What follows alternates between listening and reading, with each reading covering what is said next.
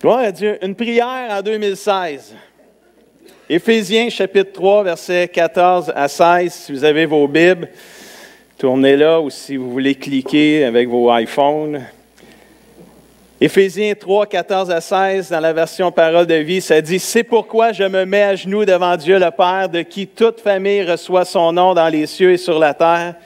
Je lui demande de vous rendre fort par son esprit, Amen, tellement sa gloire est grande et vous pourrez être des chrétiens solides. » Amen. Qui veut être solide dans le Seigneur? Amen, gloire à Dieu. Je vais vous souhaiter une super bonne année 2016. Mais ma prière pour vous cette année, c'est que Dieu puisse vous rendre fort et nous rendre forts par son esprit. Et si tu avais une prière à faire au Seigneur, je ne sais pas ce serait laquelle, mais ma prière pour nous comme Église en 2016, c'est « Seigneur, rends-nous forts par ton esprit. » Et rends-nous forts dans quoi? On en a plusieurs. On pourrait passer toute l'après-midi, je l'ai dit tantôt, mais je vais quand même être raisonnable en 2016. Je vais rester fidèle à mes 3 points comme je fais d'habitude.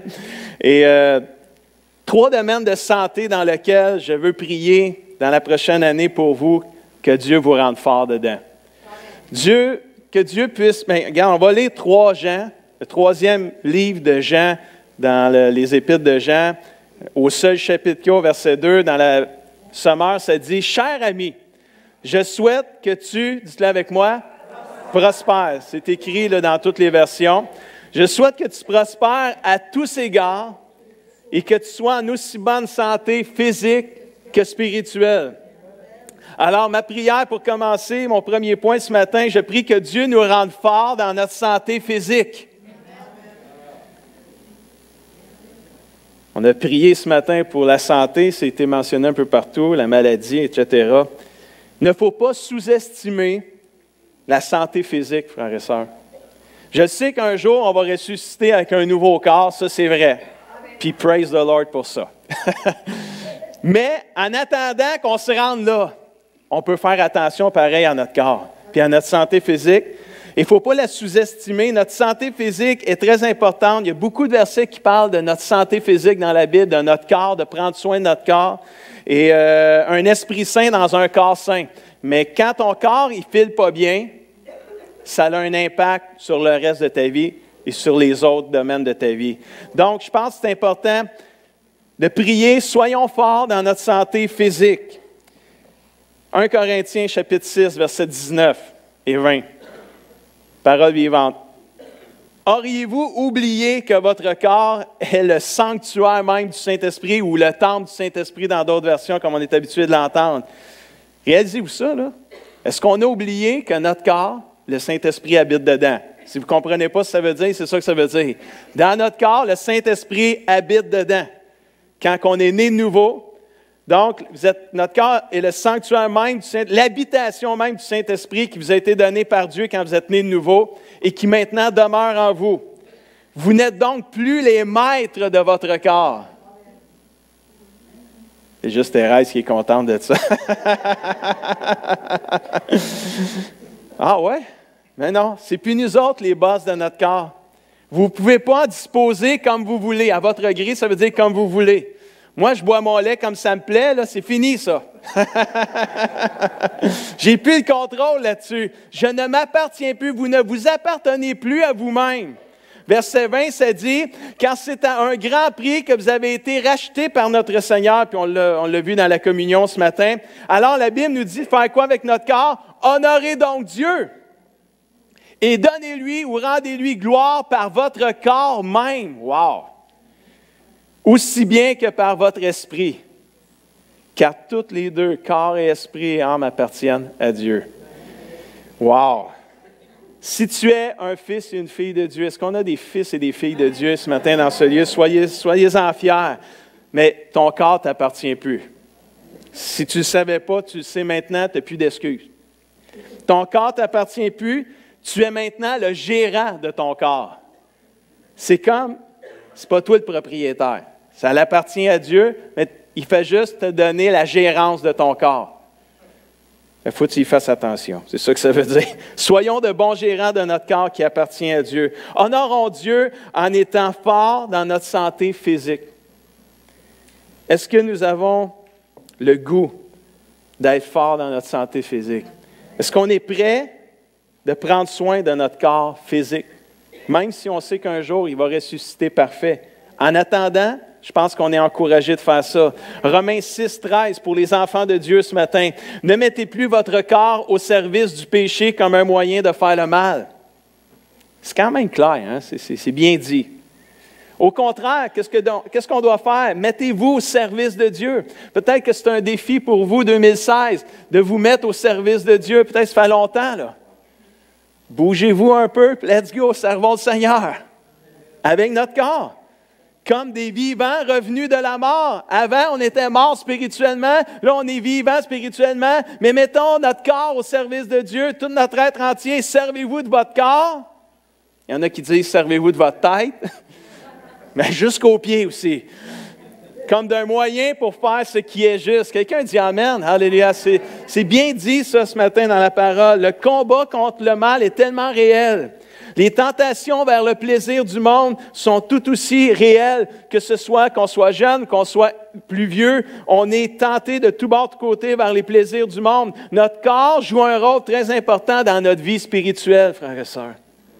Et je prie que nous soyons tous rendus forts dans notre santé physique et que notre corps soit complètement consacré à un Dieu merveilleux pour le bien et non pour le mal. Romains 12, 1 nous dit, « Je vous demande donc, frères et sœurs, à cause de la bonté que Dieu vous a témoigné, de lui consacrer votre être tout entier, votre corps, vos forces, vos facultés, votre capacité, vos talents, que tout ça soit mis à la disposition de Dieu comme une offrande vivante, sainte et qui plaît à Dieu. » Offrons-nous entièrement, mais offrons notre corps, que nous puissions prier cette année, que Dieu nous rende forts dans notre santé physique.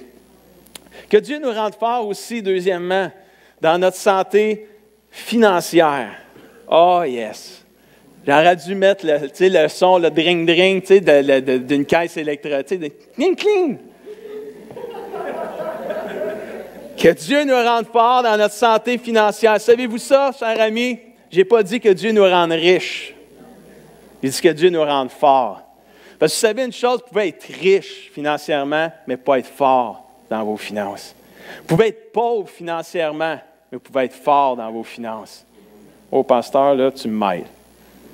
Parfait, je vais tout vous expliquer ça.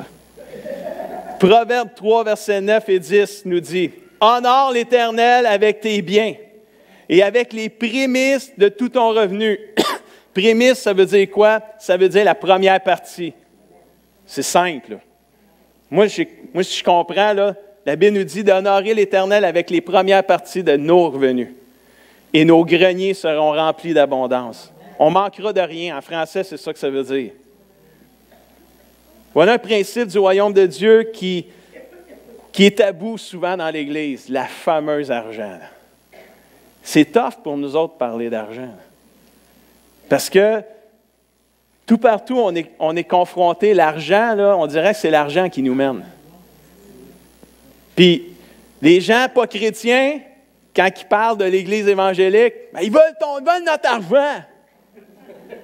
Tu leur parles de Jésus, ils n'ont même pas fini, ils n'ont même pas annoncé la bonne nouvelle. Déjà là, ce qu'ils disent, « Ouais, mais vous voulez notre argent, vous autres. » Là. Vous comprenez? Puis là, tu arrives, tu les invites à l'Église, puis le pasteur parle d'argent. Comme un matin. Je ne sais pas si c'est la première fois que vous venez ce matin, mais peut-être c'est ça. Puis que vous pensez à ça, vous allez dire, bien c'est ça, ils veulent notre argent. Regarde, on va à l'Église, ils parlent rien que d'argent. Ils viennent une fois dans leur vie, ils parlent rien que d'argent. Moi, je n'en parle pas souvent. On dirait qu'à toute fois que j'en parle, il y a quelqu'un qui vient pour la première fois. Puis pour moi, cette personne-là dit, pour moi, ils en parlent tout le temps, eux autres.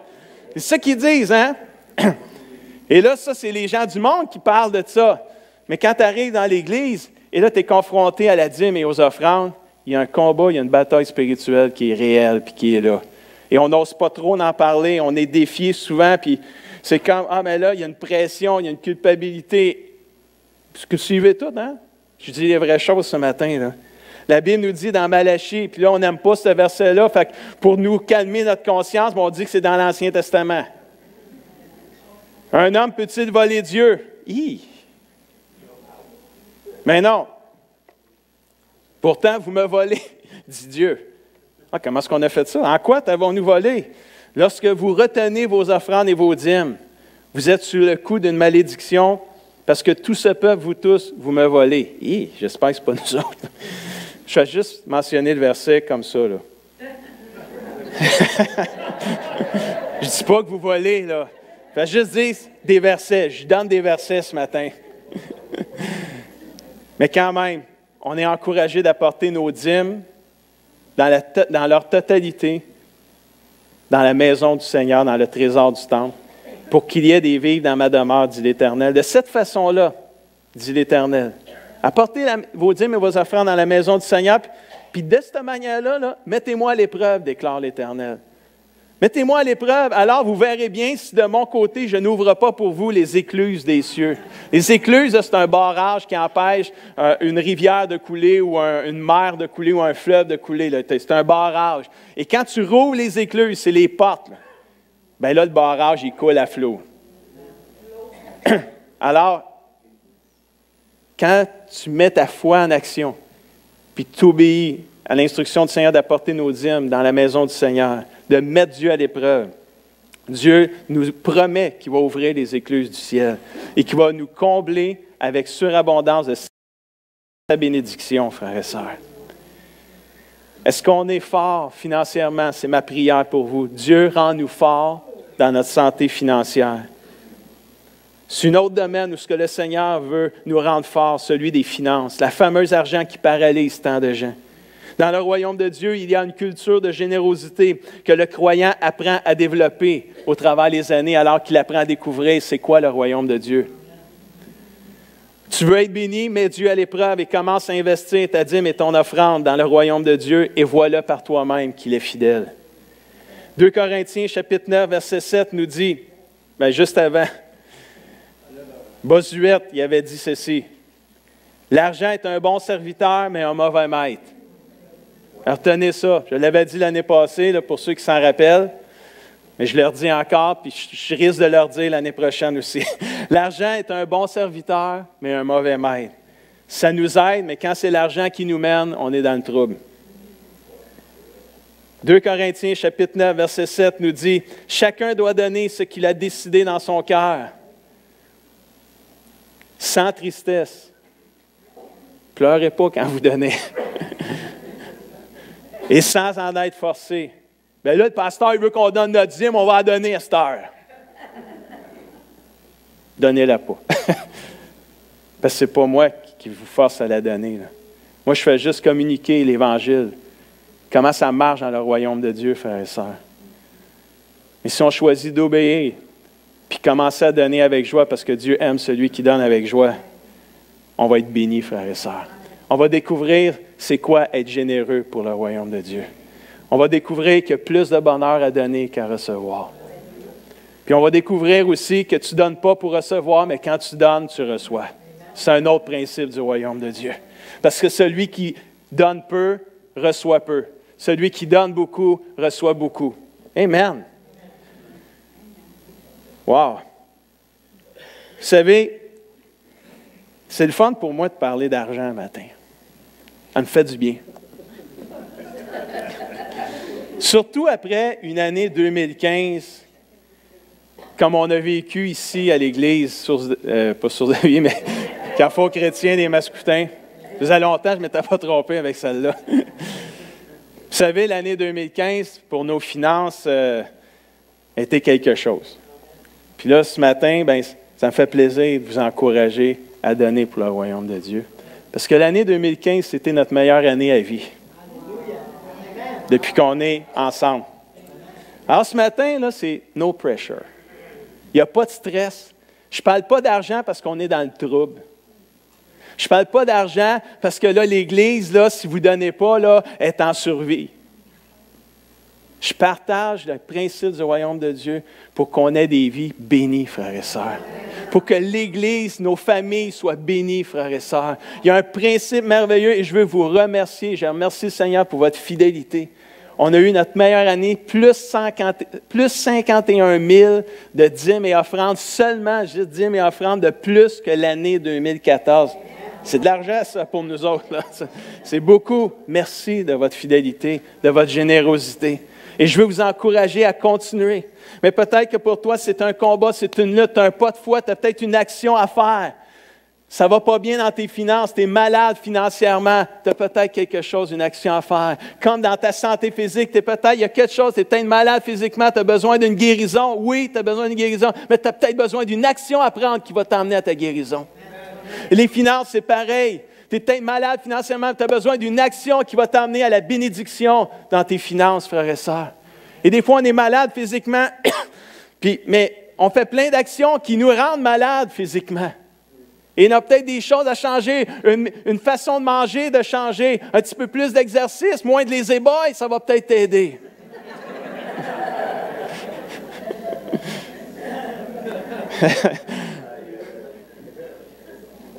Merci Seigneur pour les petites balles blanches qui existent. L'été, ça m'aide à marcher.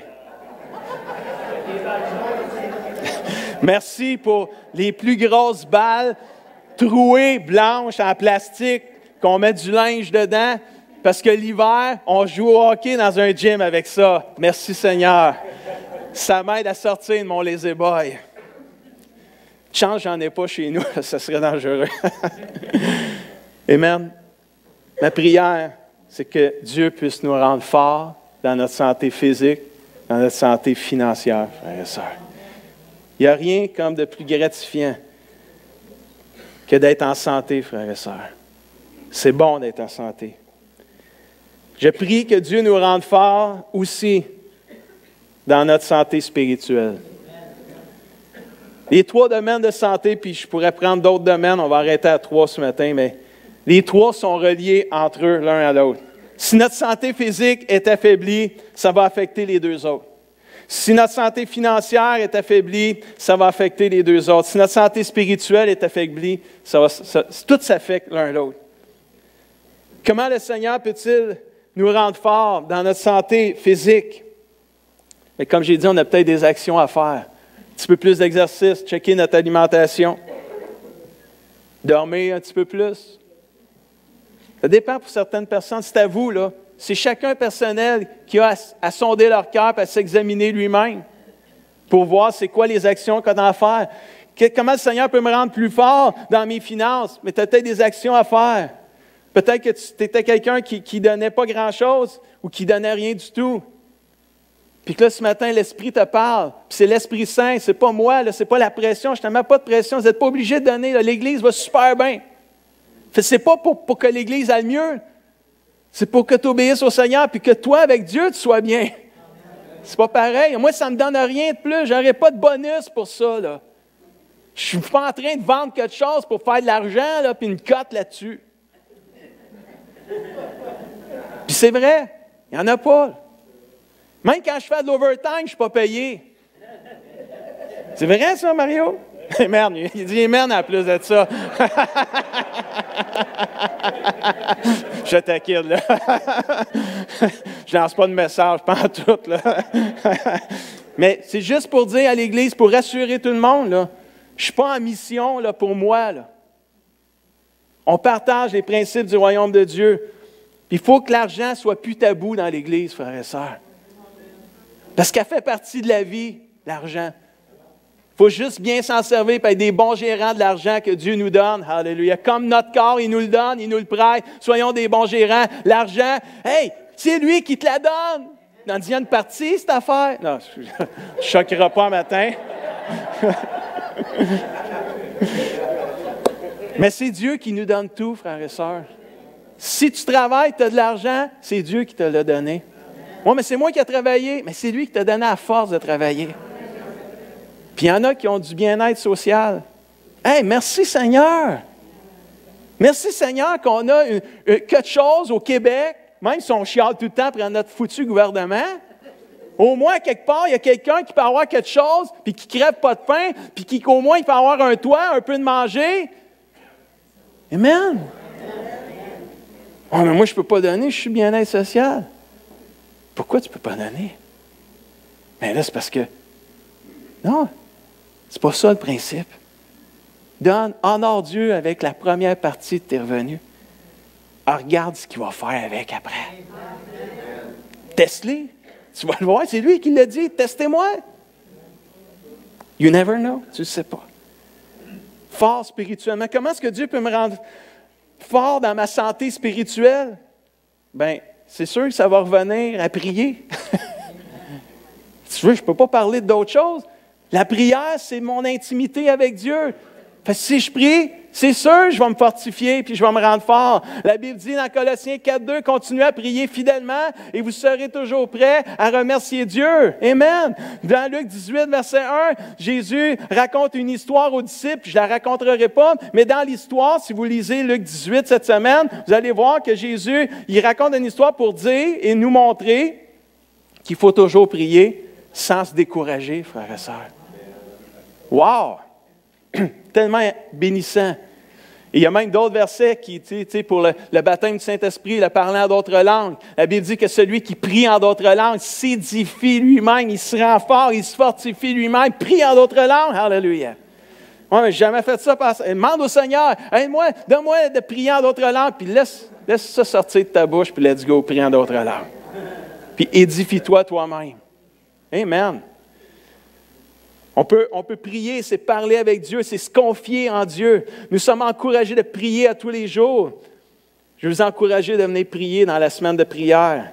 On n'a pas des semaines de prière tout le temps, mais une fois par année, on en a. Où est-ce qu'on met 5 soirs de côté pour venir prier. Je vous encourage. Venez 1, 2, 3, 4, les 5 soirs si vous voulez. Si vous êtes capable, je vous encourage. Venez prier avec nous. Alléluia. En ce début d'année. Comment est-ce que Dieu peut nous rendre forts dans notre santé spirituelle en méditant la parole de Dieu, en lisant la Bible? Alléluia. Josué 1, 8 et 9. Répète sans cesse les enseignements du Seigneur, de la parole de Dieu.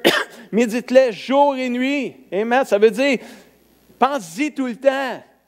Jour et nuit, ça veut juste dire, médite-le, pense-y, répète, réfléchis, reviens, repense à des versets. De façon à observer tout ce qui est écrit. Tu mèneras à bien tes projets et tu réussiras. Qui veut réussir? Tout le monde veut réussir dans la vie. Mais boy que c'est dur dans notre Bible. Boy que c'est une bataille, méditer la parole de Dieu. Wow! C'est pour ça qu'on vous lance un défi. Plus de ta parole, plus de prière. Moi, quand j'étais petit, là, Madame Chassé, vous en rappelez sûrement ça. Les petits chants qu'on nous chantait. Lis ta Bible, prie à tous les jours, prie à tous les jours, prie à tous les jours. Lis ta Bible, prie à tous les jours, si tu veux grandir. On va arrêter là quand même. Pas faire scraper rien, là. Mais écoute, je m'en rappelle encore. Ça a l'air nono comme chant, là. Parce que c'est vrai que ce n'était pas un beat extraordinaire. Mais je m'en rappelle encore. Parce qu'il y a un principe derrière ça. Lis ta Bible, prie à tous les jours, puis tu vas grandir. Comment Dieu peut me rendre fort spirituellement? Prie, lis ta Bible, puis laisse Dieu te rendre fort. Amen. Tu vas te fortifier. Il va te fortifier. Dieu va le faire. Amen. C'est merveilleux. C'est vraiment super. Frères et sœurs, la semaine prochaine, je vais en parler un peu. Ça faisait 2 ans que je mets sur Facebook un verset à tous les jours. Ça fait 2 ans en ligne. Ça fait plus de 700 jours que je mets un verset à tous les jours sans manquer une seule journée. Dieu m'avait montré ça il y a 2 ans et quelques. J'ai été fidèle, ça je me surprends parce qu'un sanguin, la discipline, c'est tard. D'être capable d'avoir fait à tous les jours sans manquer une seule journée, même dans mes journées de congé, même quand je suis allé jouer au golf, pendant 7 jours, j'ai mis mon verset à tous les jours, je n'ai pas manqué une fois. Mais cette année, le Seigneur m'a donné d'autres choses à faire. Il dit là, tu ne mettras pas le verset du jour, tu vas mettre la dévotion du jour. Ta dévotion. Je l'ai appelée la dévotion VIP. Le V pour le verset du jour, le I pour une inspiration tirée du verset, le P pour une prière basée sur le verset. Et j'ai commencé ça le 2 janvier, parce que le 1er, je voulais juste offrir mes vœux à tout le monde. Mais depuis le 2 janvier, sur Facebook, je mets ma dévotion VIP. Frères et sœurs, c'est des outils que Dieu a mis dans mon cœur de partager avec tous mes amis. Vous pouvez le recevoir dans votre email. Vous avez un email, là? Vous pouvez le recevoir direct chez vous à 5 heures du matin, à tous les matins. Martine, elle reçoit notre secrétaire, puis elle dit, tu ne te lèves pas à 5 heures tous les matins pour nous envoyer ta dévotion sûrement, là. Merci Seigneur, on peut tout programmer à cette heure par Internet. J'aurais dû dire, ben oui, je me lève à 5 heures, tu vois comment je suis spirituel, tu sais. Mais t'es menteur en même temps, c'est pas trop spirituel. Ben non, je ne me lève pas à 5 heures à tous les matins, je le programme à 5 heures. Mais mon temps dévotionnel, Dieu me dit de le partager avec mes amis, mes frères et sœurs. Si vous voulez la dévotion VIP, vous allez l'avoir la semaine prochaine dans la vision, vous allez avoir tout ce que vous voulez. C'est merveilleux. Comment est-ce que Dieu peut nous rendre forts spirituellement en nous aimant les uns les autres comme Jésus nous a aimés? Colossiens 3,14, c'est le fun parce qu'on a parlé d'amour, on a chanté l'amour un matin. Révèle-moi ton amour. Et surtout, aimez-vous les uns les autres. L'amour est le lien qui unit parfaitement. 1 Pierre 4,8. Avant tout, aimez-vous de tout votre cœur, parce que l'amour efface beaucoup de péchés. Et vous savez, l'amour, des versets que je viens de vous lire, c'est vraiment l'amour agapé dans le grec. C'est l'amour suprême, c'est l'amour à son meilleur, c'est l'amour divin, c'est l'amour de Dieu. On pourrait également, en terminant cette prière-là pour 2016, Seigneur, rends-nous forts dans notre santé physique, dans notre santé financière, dans notre santé spirituelle.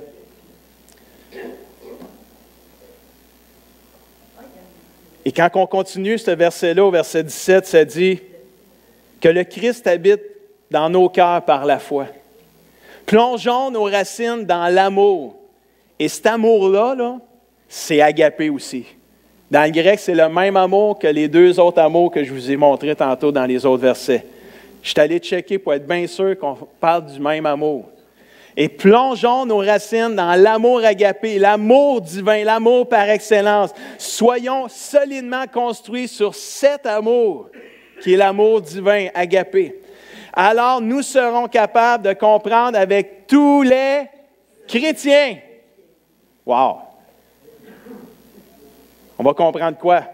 La largeur, la longueur, la hauteur, puis la profondeur, je ne sais plus trop comment le faire, de l'amour du Christ. Et l'amour encore, là, c'est agapé. Vous connaîtrez cet amour agapé qui dépasse tout ce qu'on peut connaître. Puis, vous savez une chose, on peut en connaître des affaires. Il y en a de la connaissance. Aujourd'hui, plus que jamais. La connaissance est répandue partout grâce à Internet.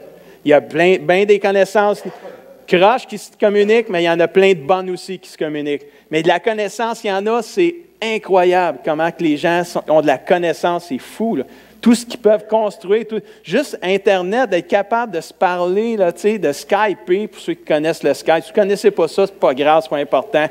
Mais comment est-ce qu'ils ont fait, je peux même, là, c'est rendu fou, là, tellement qu'il y a de la connaissance. Là, je reçois mon chèque de paye, je prends mon cellulaire, je prends une photo, puis je le dépose dans mon compte de banque. Même plus besoin d'y aller, même plus besoin de dépôt direct. Une photo, clouc, qui est dans mon compte de banque. Ça, c'est fou, pareil. Je pensais que c'était pas vrai. J'ai pris une chance, puis là, ils disent, gardez-les 5 jours pour être sûr. Hey, je l'ai gardé toute l'année pour être bien sûr.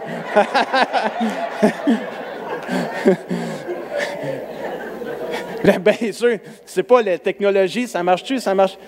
La connaissance, c'est incroyable. Il y a de la connaissance partout.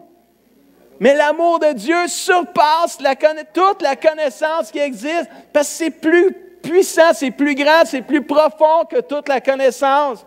Je vais juste partager ça pour montrer que l'amour de Dieu, c'est plus que tout ça. Vous recevrez toute la vie de Dieu.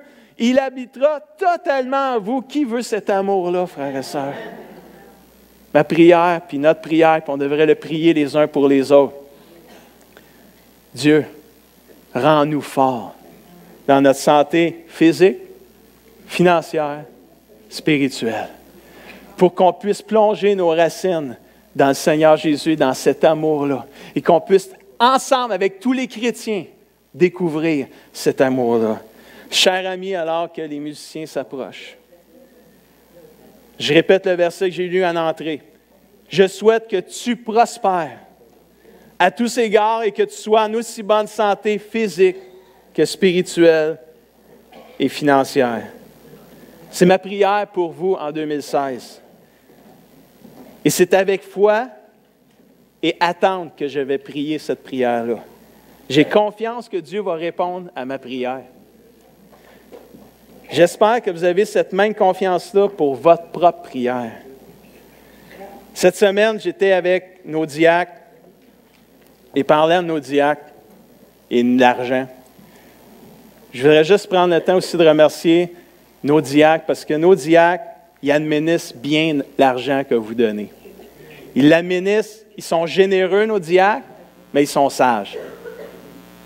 S'ils n'étaient pas sages, ils ne pourraient pas être généreux. Suivez-vous? On suit le budget. Notre trésorier, où es-tu, Daniel? Mon ami Daniel. Il n'est pas là, Daniel? T'as caché par Danny, c'est pour ça. C'est caché en arrière de Daniel. Si vous faites une réunion diacre avec Daniel et on parle du budget, Dan, il est sage. Il ne faut pas dépasser. Pas dépasser. On a voté ça, on vote ça. Mais vous savez quoi? Quand tu es sage comme ça, tu peux être généreux. Parce que si tu ne checkes pas tes affaires, là, tu dépasses, maintenant, il en manque, tu ne peux pas en donner. Suivez-vous? Être sage nous permet d'être généreux. Wow! Merci à nos diacres de votre sagesse et de la générosité que vous avez, parce que nos diacres sont sages et sont généreux. Amen? N'ayez pas peur de donner. Amen.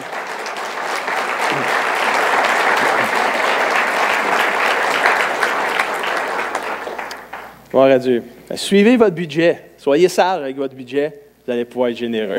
Amen. Praise God. Éphésiens 3, dernier verset. La fin de cette prière-là. Et Dieu qui agit en nous avec puissance. Et quand nous lui demandons quelque chose, puis là, c'est ça que j'y demande. Là, j'y demande, Dieu, rends-nous forts physiquement, spirituellement et financièrement. Rends-nous forts. Alors, quand nous lui demandons quelque chose, je lui demande, là. Bien, quand j'y demande quelque chose, je sais qu'il peut faire beaucoup plus encore. Un tableau, c'est merveilleux, ça. S'il peut faire plus que ma prière, je le veux. Je le veux. Ben, j'ai une autre prière. Seigneur, je veux ce que tu es capable de faire plus encore, je le veux aussi. Amen. Osons demander. Sa puissance dépasse tout ce qu'on peut imaginer. À lui la gloire. Dites-le avec moi. Dans l'Église. C'est bon, ça. Parce qu'ensemble, on va prier d'être forts, spirituellement, financièrement, physiquement. On va découvrir ensemble avec tous les chrétiens que l'amour de Dieu surpasse tout. On va commencer à le vivre ensemble. Puis on va y donner la gloire ensemble dans l'Église. Wow! C'est en priant ensemble que nous allons voir Dieu nous rendre forts dans ces trois domaines-là. Et Dieu peut faire plus encore pour nous. Est-ce qu'on va oser le prier et lui demander? Levons-nous ensemble. Amen.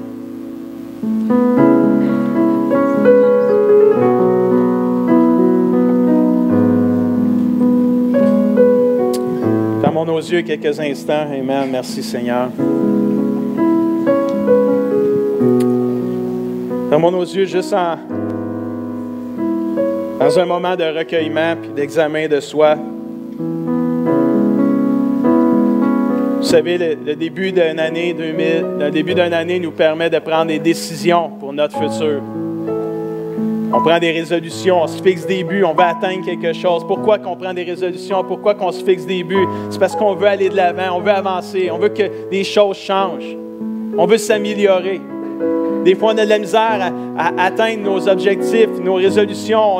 On manque vite à nos résolutions. C'est pas grave si tu as pris une résolution, tu t'es fixé un but et tu as manqué là, depuis le début de l'année.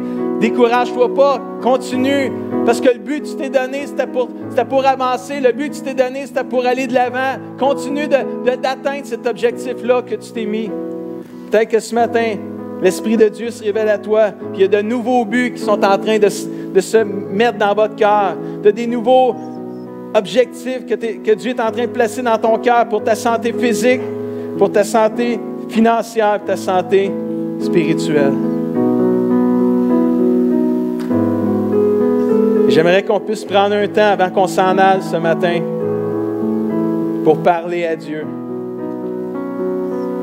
et lui demander de nous rendre forts dans ces 3 domaines-là que j'ai partagés ce matin.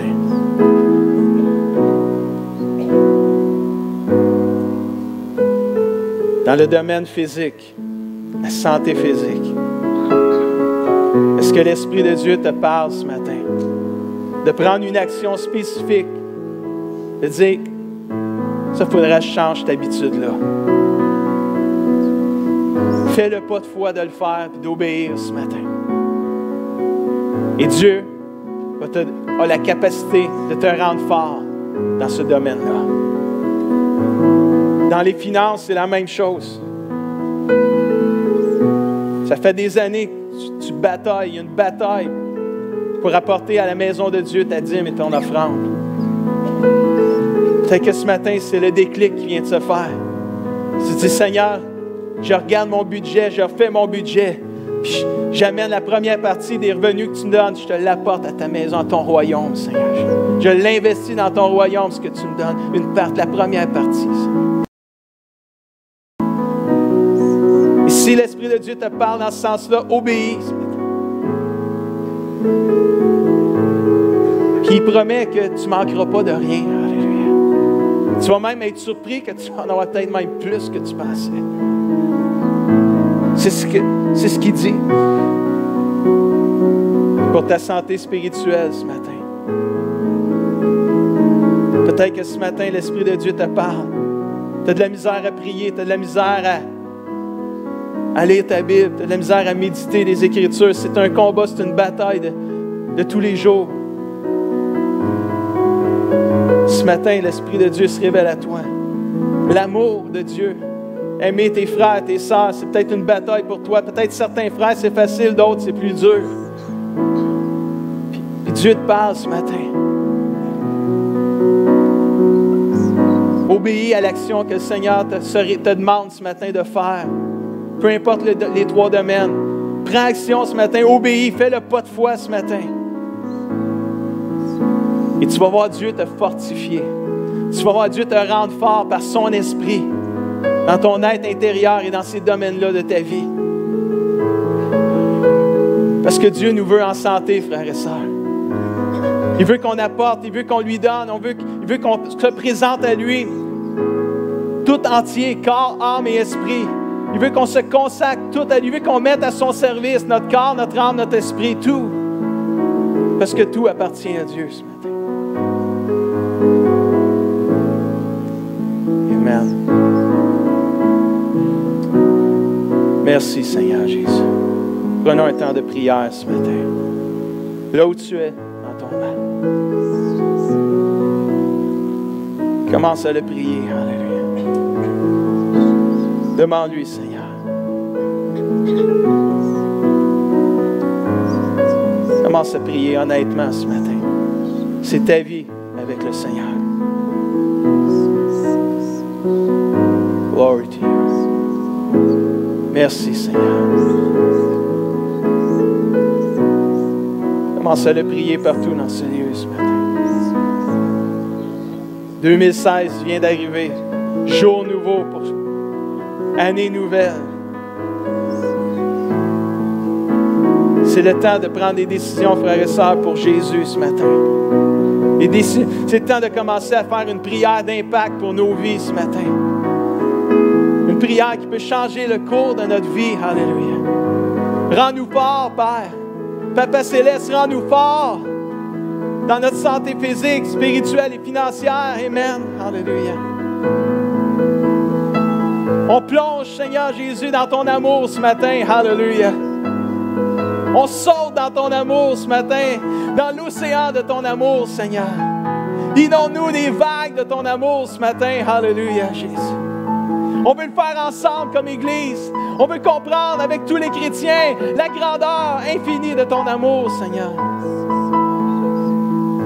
Merci, Seigneur. Ce matin, nous rejetons toute amertume au nom de Jésus. Nous rejetons toute agressivité au nom de Jésus ce matin. Nous rejetons ce matin tout esprit de peur, tout esprit de crainte et d'angoisse et d'inquiétude ce matin. Alléluia. Nous rejetons toute maladie au nom de Jésus ce matin. Alléluia, Jésus. Nous libérons la santé physique, financière et spirituelle dans cette Église au nom de Jésus. Dans chaque famille, Seigneur Jésus. Dans chaque personne, Seigneur Jésus.